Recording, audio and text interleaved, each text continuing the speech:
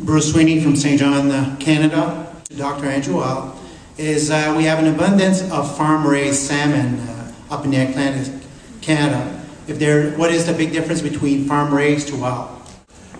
Farm salmon, this is a complicated question. In general, the nutritional profile of farm salmon is not as good as wild salmon. Often there's a higher fat content, lower protein content because the fish don't use their muscles as much as wild salmon do. The omega-3 content is really dependent on what the fish are being fed. That can be manipulated. The other problems, however, are antibiotic residues in flesh, because when salmon are crowded in fish farms, diseases are generated that have to be treated. A bigger problem is the environmental impact of salmon farming, because the farms generate diseases that escape and kill wild salmon.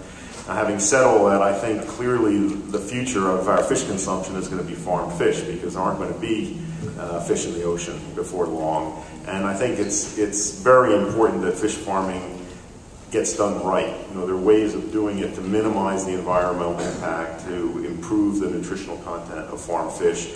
A few people are starting to do this with salmon farms, one on the California coast that I read about. I looked at one in Scotland.